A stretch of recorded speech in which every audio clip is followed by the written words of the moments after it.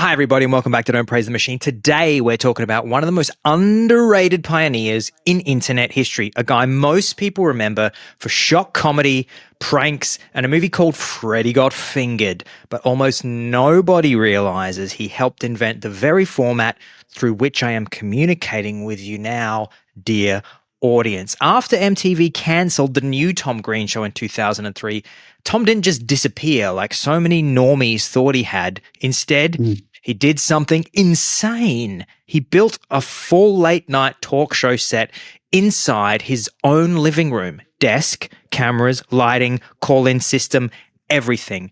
And he streamed it live, not on a social media platform, but instead through his own website, before YouTube, before Twitch, before any of us even knew what podcasting meant. He called it Tom Green Live and later Tom Green's House Tonight. And he booked real guests, Pamela Anderson, Val Kilmer, Tony Hawk, Jimmy Kimmel, Steve-O, and a rotating cast of comedians, musicians, and total weirdos, all of them sitting casually in his living room, being streamed to the internet through a fully wired DIY server room that he was forced by necessity at the time to build and manage himself.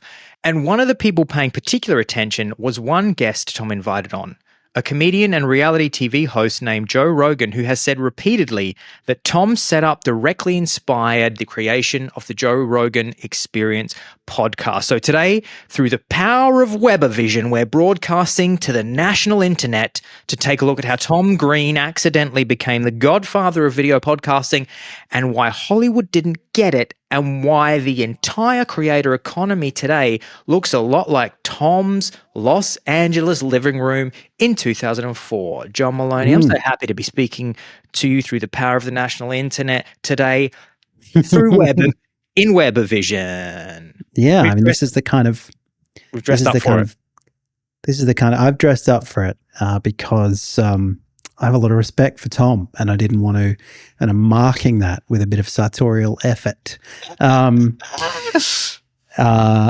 look, I am very pleased to be talking about this topic because I've been thinking about the history of podcasting recently. I had a conversation with a friend about some of these early kind of web series and vodcasts that existed in the 2000s. But of course, nobody's more synonymous, for those in the know, with the beginnings of podcasting as a medium than Tom Green. And it's only really probably in the last few years that I think he started to, perhaps among the wider community, get some props for his role in that. And I felt a little tickle of excitement watching him talk about it because I've, felt something of the magic of podcasting myself with you doing this show. And I think, God, how much more intense would that have been when you were like, we are entering a new realm of national internet podcasting. Yeah. It's really fun to look back at all these early moments in internet history that are the germ of something that has gone on to be a billion-dollar industry. And I think what's really interesting about the Tom Green show that he did back in the early 2000s, streaming live, is that it was one of these things that was forced upon him through basically necessity, in that for anybody who doesn't remember Tom Green or is not familiar with his background, he's this Canadian zany whack job comedian who in the late 90s managed to get himself through, I think probably Classic Old Style was probably sharing tapes around and whatever of just doing weird pranks and stuff, and eventually got himself an MTV show kind of around. I think he was a little bit pre-Jackass even. He wasn't doing such extreme stunts. His pranks involved much more like breaking social contracts and norms. Totally. Where he would do things in public on, I guess the crew would follow him around with camcorders. And the conceit would be, I'm going to do so. I mean, I remember, it's so funny. I remember one of them, he just goes into a Subway sandwich shop.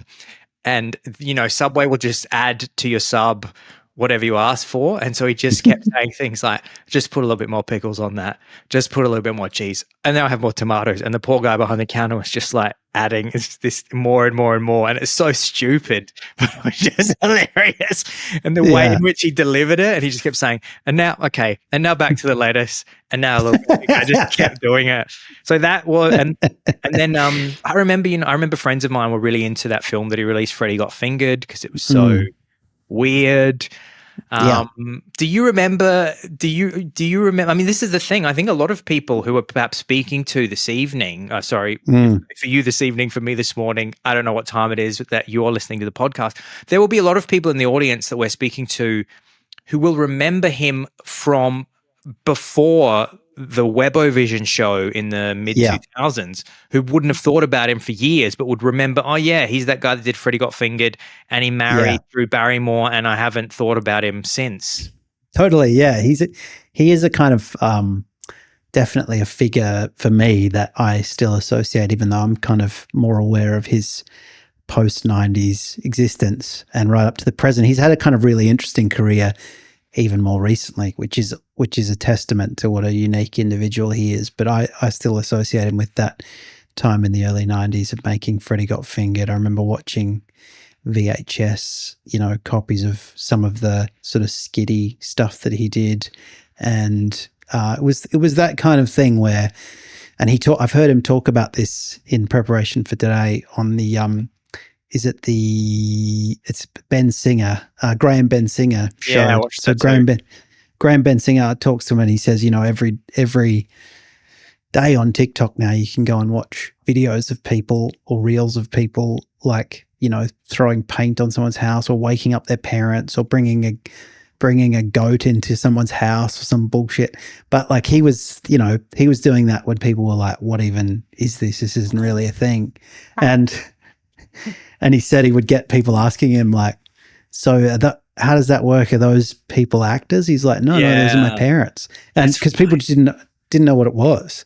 And then Freddy Got Fingered, I think, is a kind of mix of I can't remember the last time I saw it, but it's a kind of mix of sort of a loose narrative and his kind of, really hyper absurdist antics. And very much like when you watch Eric Andre now going around Manhattan just causing a scene, that's really the legacy of someone like Tom Green. And I'm sure Eric, when he was a young man, would have loved that kind of stuff. And then he seemed to fade. He had as you say, a brief, strange, failed marriage to Drew Barrymore.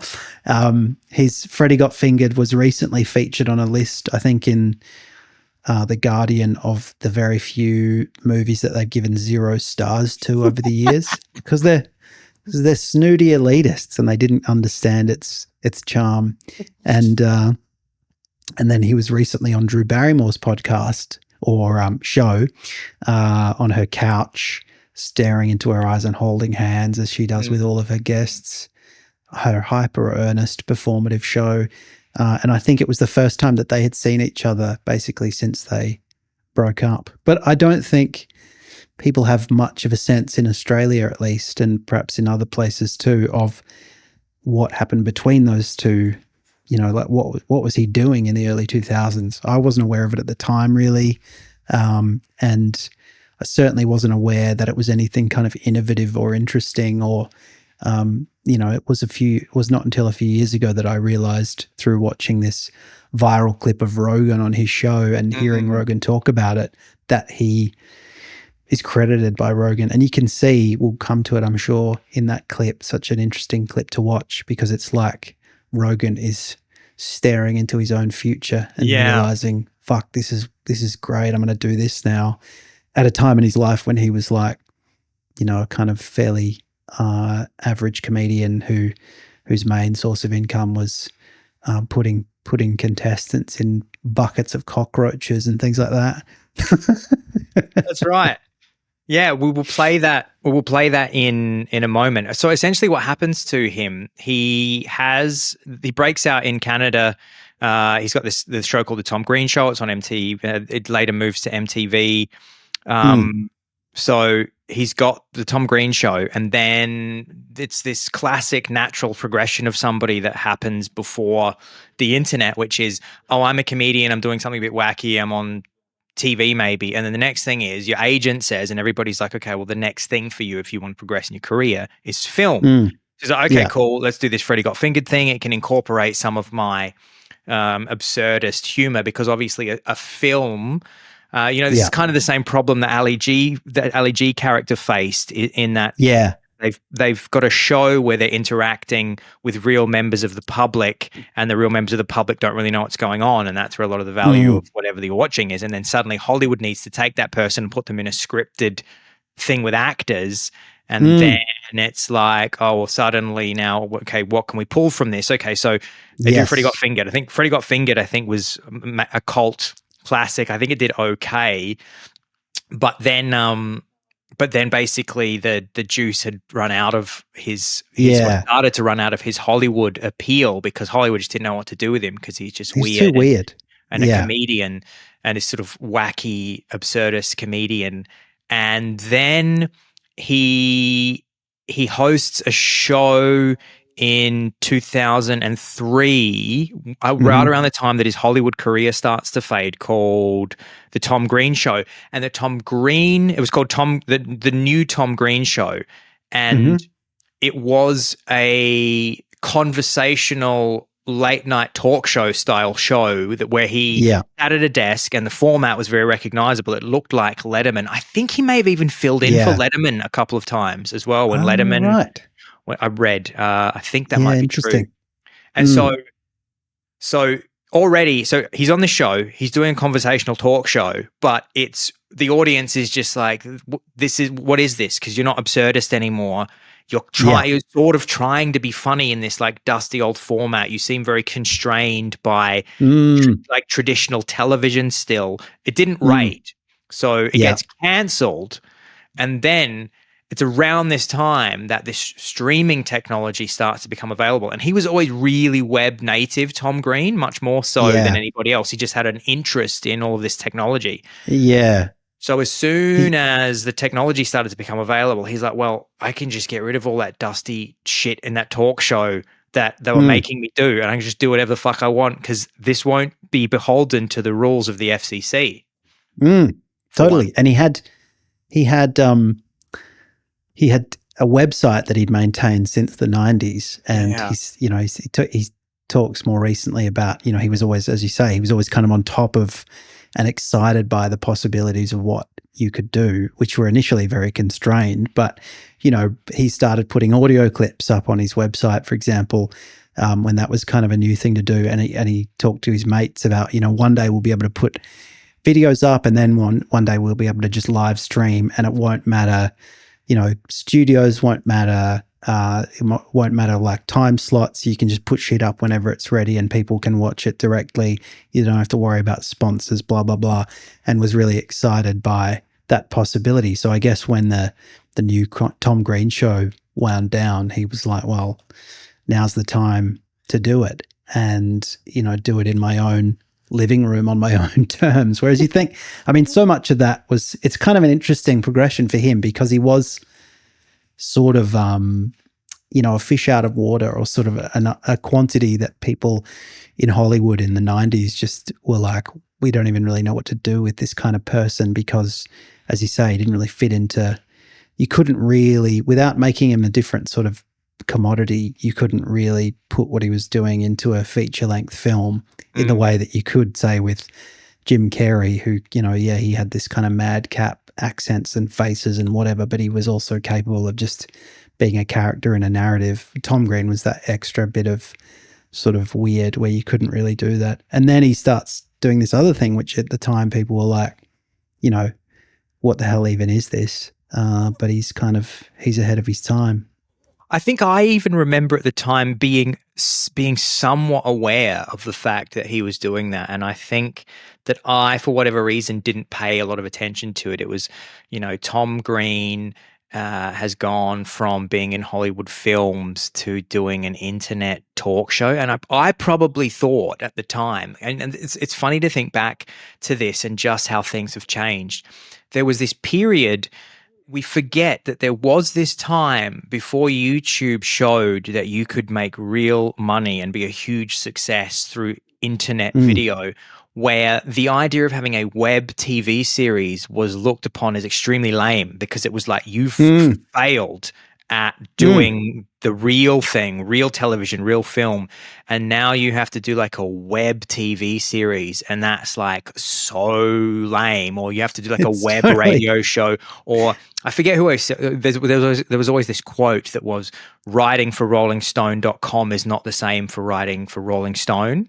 Like that there was this sort of snooty distinction between the internet, this like where there were no gatekeepers and you hadn't been chosen or you hadn't gone through the correct process. So I kind of remember that it was like, oh yeah, Tom Green. Also, I was like, I tried to watch Freddy Got Fingered and it was just too, I just didn't get it. And so I remember thinking it's kind of good for about 10 minutes. Then you're like, yeah, I don't really need to see him like writhing around in his own piss for another hour and a half or whatever he's doing.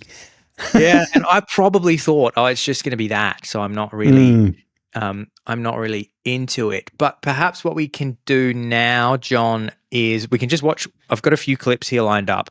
This is a clip of Rogan on the Joe Rogan Experience talking to some of his other fellow comedians. This first one is just about him explaining how Tom Green was a pioneer and how much he influenced him. Parents, and then hid in the bushes. Yeah. He didn't just like, let me fuck with some random people. Like, my mommy and daddy. Did people forget Tom Green? What happened? People forgot. No, he got ball cancer, had to take a break, came back and tried to do like a more serious show with Humperdinck. What's this guy's name? But what I'm saying is people forgot how big it used to be. Oh, they may have forgotten how big it was. Well, what he, in all fairness, one of the man. What he did was he did what we're all doing way before any of us, but it was when bandwidth was too expensive. He had his own podcast. I did it. You did? I did it at his house. It was part of the inspiration for me doing one. Yeah, and I even talked to his I even talked to his company. They were based in Denver. I was in Denver doing the Comedy Works, and I talked to the company that was doing it for him. And I was seriously considering doing something like that. But the problem was that the bandwidth was crazy expensive. He had cables running from the desk all the way through his living room into a server room. He had a server room at his house, and it was crazy. I go, how much money is involved in this? He's like, a fuckload of money. Yeah. And he goes like, I have to have all these people running it too. That was Tom Green's. That's me and Tom Green. And what essentially it was he decided to try to do a talk show host. There you go. And have you got the famous viral clip loaded up, which will show us Tom Green and Joe at the time? I do. So this is the very clip. This is Rogan actually on the Tom Green show, and you can watch in real time. His brain exploding. You can watch Joe Rogan's brain exploding, thinking, I'm going to be able to influence political campaigns for the rest of time. I'm going to do this, but make money off it. I'm going to make this, but make money. Here is Joe Rogan realizing that he can get the business model right. If you knew them in real life, for sure they'd be assholes. There's no super cool hecklers. They don't exist. So don't ever feel bad if I yell at some person in the audience. There's your answer, man. Well, can I have a quick shot with both of you guys, or what? I got some Dr. McGillicuddy's here, some Fireball. Mind if I do a shot with you guys? Sure, yeah. Great stuff here. You drink shots? Great stuff. Sure, I'll drink a shot. Here we go, guys. Here we go. Or something. We're getting a camera put in the fridge. We're gonna toast. Cheers, man. Cheers. Dude, I think this is fucking awesome. Thank you, man. See, no, I mean, this is the craziest thing ever. To me, it gets fun when I just can sit here and just be the kind of computer guy and set you up with some calls here. Because you know how excited, you think it's cool for us, think how cool it is for some kid who just gets to call up and talk to his favorite comedian on the air, look him right in the eyes, and have a goofy conversation. And the first time we got on the air, it was like, with this. The first night we did Skype, it was just so awesome. Bob Saget was here, and Max Miller was the caller in New York. And Bob Saget made a joke about diarrhea. And basically, you know, it would cut from here to New York, and Max Miller full screen, laughing, you know, his friggin' piss out of himself. And it was just kind of this moment. Hey, Bill, don't you agree? In your new $400 shoes that Diesel sent you today, because you work at Webovision. Okay, so cool. So you just if you're connected. You're connected. Really connected. It really is different, you know, Yeah. than television. This or is anything. way better. It's like radio, but it's like television, and the genre is different because we can sit here and ramp. You know, there isn't that time constraint. You know, there isn't that pressure. I mean, you know, we want to keep it moving. Well, not only but, that, you know, there's not a corporate pressure. See, Yeah. the thing that fucked up television, the thing that fucked up entertainment in general, is money. They were selling advertising. So everybody has to say certain words, don't say certain words, don't bring up certain subjects. You can't just express yourself because you're expressing yourself to someone who's selling advertising space. Yeah. And that's all and that fucks up everything. It doesn't make anything good. We need a fucked up advertiser around here, that's all. You just need to keep doing this. We need to figure out how you make money from this. Yeah. I've got a lot of neat ideas I want to talk to you about because I know you're into this computer thing. Isn't that crazy? And you can see that they're both, I mean, that Tom's kind of totally cottoned on to the kind of magic of it. And that Joe's obviously titillated in a way that, you know, really still like that that totally speaks to the kind of format of his own show and the kind of lack of, you know, regulatory or corporate oversight, etc. But I remember Tom Green talking about, you know, the fact that he was, you know, at that time, he was like, imagine doing a live stream and you've got this internet talk show and you know that you're really the only person doing this in the world. and you know, it was very exciting, I'm sure. And it's also kind of interesting how it attracts people who are kind of people that you and me admire, like Norm Macdonald was on the show. Neil Hamburger, I think, was on the show and was kind of in Tom Green's orbit. Madcap absurdist weirdo. Yeah, exactly. And to an extent, they kind of then became, you know, some of these people became sort of characters in the Tim and Eric universe. And it actually made me think, watching clips of the Tom Green's House Tonight, it made me think of watching Tim and Eric Night Live and That's the kind right. of vibe that they were trying to do there, which was like clearly very influenced by this, and not that long after. I think Tim and Eric Night Live is like 2007, 2008. I feel like that's true. Actually, yeah, I don't think of them as being in the same era, but they would have been for sure. And it was definitely that kind of like, you know, let's bring some weird guests on. Let's have a kind public of access vibes. Let's have a real public access vibe. And like, you know, there was this kind of clunky stuff between segments. They'd be like, oh, can we get that working? Oh, no, we can't get that working. And there'd be like calls dropping out and cameras dropping out. And Tom Green talks about like a lot of that was just, well, there's no established way of doing this. We're working it out on our own. And also the technology isn't quite there. So you can sort of do this. But he said, you know, it was in my apartment in the Hollywood Hills and the internet just wasn't that flash. And even if you got like the best internet you could, you would still struggle if you were trying to like stream a show as well as taking Skype calls into the show, and which was the whole thing. It was like a call-in show. So it was like, it was really kind of scraping up against the technical limits of what you could do at that point. And a bit like Tim and Eric, he's a bit like Tim Heidecker. He's just seemed to be extremely prolific. Like obviously he's setting up a lot of that technology himself. He's working on new formats, but he's also got all these other things in addition to Tom Green's House Tonight. There's all these other random segments which he does, like Tom Green This Morning, Prankety Pranks. There's a whole list of them. The YouTube special he does, the Tom and Larry show, where he gets like a ventriloquist dummy. There's one where he does like girl talk, where he gets like models to answer questions for women. And there's one where he talks about like paranormal shit. Like he was obviously just spitballing, you know, had 1,000 ideas. But he said it sounded like it would have been thrilling too, because he had this set up in his living room, which meant that he could just kind of go out there anytime and switch it all on and on. He would go to the front page of the website and just people would just start tuning in and calling in. Yeah. And sometimes he'd do this at like 1 o'clock in the morning. And he would wake up. Yeah. Yeah. And sometimes he would do like weird shit where he'd have like like he'd have a whole show where he would just wake up at 1 o'clock in the morning, think, fuck it, I'm going to do it. He'd put a bit of like clown makeup on, and then he'd just turn it on and start speaking in French and do the whole show only in French. Like classic sort of Tom Green weirdness. Just all the stuff that he would have had no chance of doing Totally. Yeah. on a commercial network. And yeah, he had this famously, he talks about how there was this master switch that would switch everything on and it would start running the entire studio. Reminded me of like Kramer in the when he gets the Merv Griffin show. The talk show in your living room. And we forget as well, he talks a lot about the fact that when too many people tuned into the show that it would shut off, because we have become so accustomed to a platform like YouTube handling all of the bandwidth that we deal with. Yeah, so that's like true. when you stream a YouTube video that me and John have uploaded, it's not coming from our house. It's coming from the YouTube servers, from the Google servers, from like Amazon Web Service services or whatever, and they handle the bandwidth, so you can just have 2 billion, 5 billion people watching at any one time, and it's fine.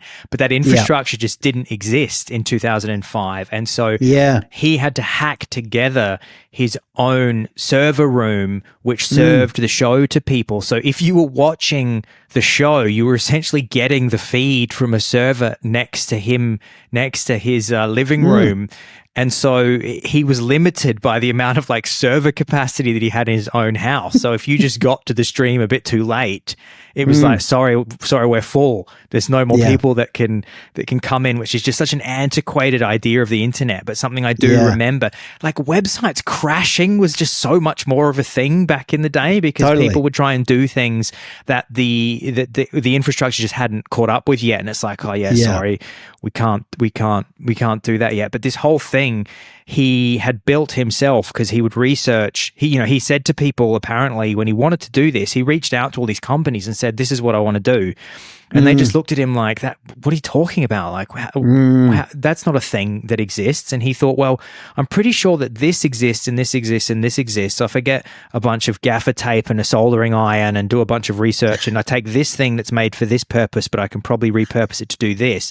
And he just like hacked all this shit together, and it worked for the most part. It's like some radio nerd sending off his own satellite into orbit or something. Like it's just real kind of, it's real like, backyard science kind of stuff. It was never going to be like the high school jock that would have been able to would have had the patience or brain to put this together. Like, I built an entire like server room and like my house. Like it's not going to be that type of person. It wouldn't have been Joe Rogan who led the trend either, because he wasn't. Well, it's funny actually. He wasn't a real tech whiz, was he? He actually was a tech whiz, Rogan. Oh. He was also I don't think he had quite as much of a nerdery brain as Tom Green, but he was also a person that was obsessed with the early internet. And I think that is why he ended up being as big as he was, because he was still, obviously he came after Tom Green, but he was an early adopter of the internet video format. That's how the Joe Rogan experience started.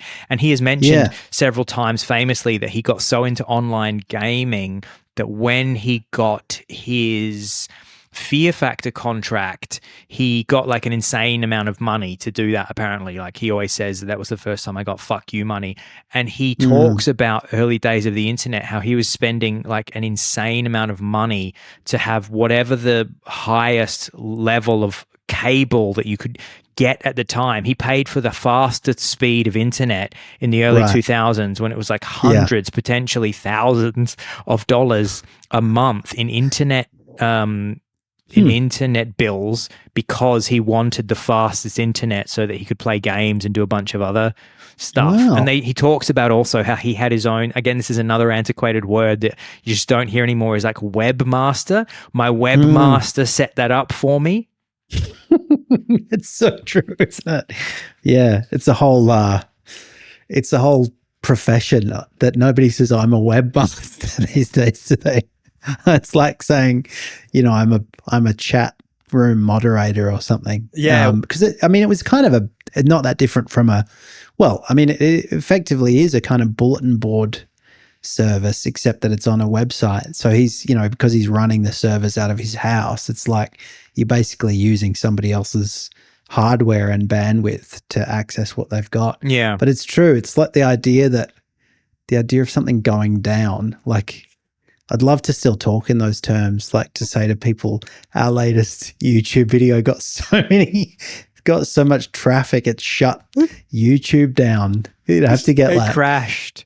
More so than say that to somebody, say, world. can I watch your latest episode on YouTube? And you go, the last couple have just crashed because just too many people came.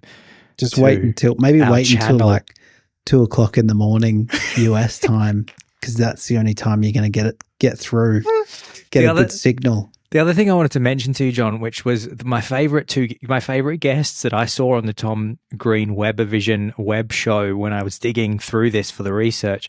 There's an episode where two of the guests on the same night in the same room sat next to Tom Green, Andy Milonakis and Jimmy Kimmel. I saw that. Yeah. Imagine those two together. And of course they've both gone on to great things. Yeah. Andy Milonakis is often on his show just crying about something that's happened in that NBC's reported on in the White House. It's Andy Milonakis just going, I just can't believe what's happening to these people in this country. I mean, we could do a whole show about Andy Milonakis, another internet pioneer. Totally. And another guy clearly influenced by Tom Green. Yeah. I mean, one of the interesting things about this history is like the MTV prank era. Yeah, that's right. One of the interesting things about this kind of era is how it's a bit like when you see, it's any kind of historical period where you start getting like technology that suddenly seems too futuristic for its time, and then 10 years later it's totally normalized. Like you get this kind of DIY backroom science set up in Tom Green's show, and then it's only though like 2009 that the Joe Rogan podcast starts, and already by then like things just look totally different. He's probably able to get sort of decent sponsorship. So it's kind of a matter of like a few years before the sort of before I guess the kind of structures of audience. The business model. Audience. Before the business model catches up. Exactly. Whereas I think, and I wonder how Tom Green feels about that, because he does kind of wryly in some of these interviews reference the fact that Joe Rogan is the one who kind of figured out the business model, and he was basically, partly because he poured a lot of his own time and money into this technology because he was just into it. He was basically happy to break even for a few years, and then 5 years later you get or by 2009 you get the Joe Rogan experience starting up, and now Joe's just kind of a gazillionaire off of the same technology. But it's kind of it's only a really it's a lightning quick transition. But I think Tom had this problem that like advertisers were like, well, I don't really understand. We don't understand the kind of metrics of how do I know this many people are looking at this? Who are these people? What are the demographics? Is this? Yeah. You can also see as well, I have a screenshot up on my screen at the moment, and there's 2 bottles of Corona and what looked like a whiskey and Coke on the desk, and that's just another thing that would have clearly communicated to the audience this is something very different than what you're going to get on television. Like we can just have open booze, which isn't a sponsor of the show, because like you say, he didn't have a sponsor of the show. He's just, I mean, this is the thing. He should be getting sponsored by Corona because he's got 2 of them on the fucking desk, but they just didn't. That would have been the thing that Corona would have just gone like, what? That's not, I don't want to be associated with whatever the fuck you got going on down there. This is like the weirdest thing that I've ever seen. You've got people calling in on Skype. That's the other thing that maybe we should mention is he had these Skype callers calling in, and he's the one who, I'm sure he wasn't the first one to do Skype calls and put it on an internet show or whatever, or maybe he was, but that was another thing that was super exciting. And he's mentioned that at the time, that suddenly he's got guests in the show that are celebrities, and then he says, hey, here's my Skype number, just call in. And then he's hacked together a thing where they appear on a screen and then they can ask questions of the guests.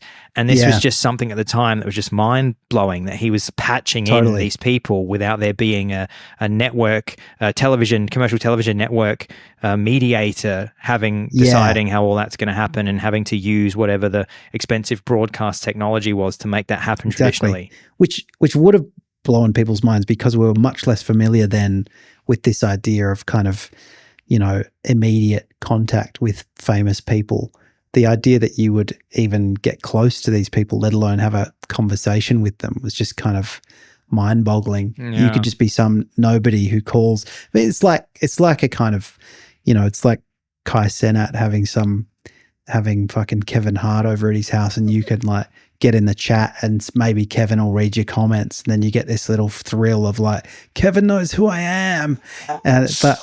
But in those days that wasn't really the thing that people would have known about. So it would have been extremely thrilling. But obviously, I think it is known as, I was reading that it is known as like not the first internet show of its kind, but arguably the first internet call-in show, because it was trying to do that sort of Skype element as well. And it was, familiar to modern podcast audiences because it was so unstructured. Like it didn't really have a narrative, obviously.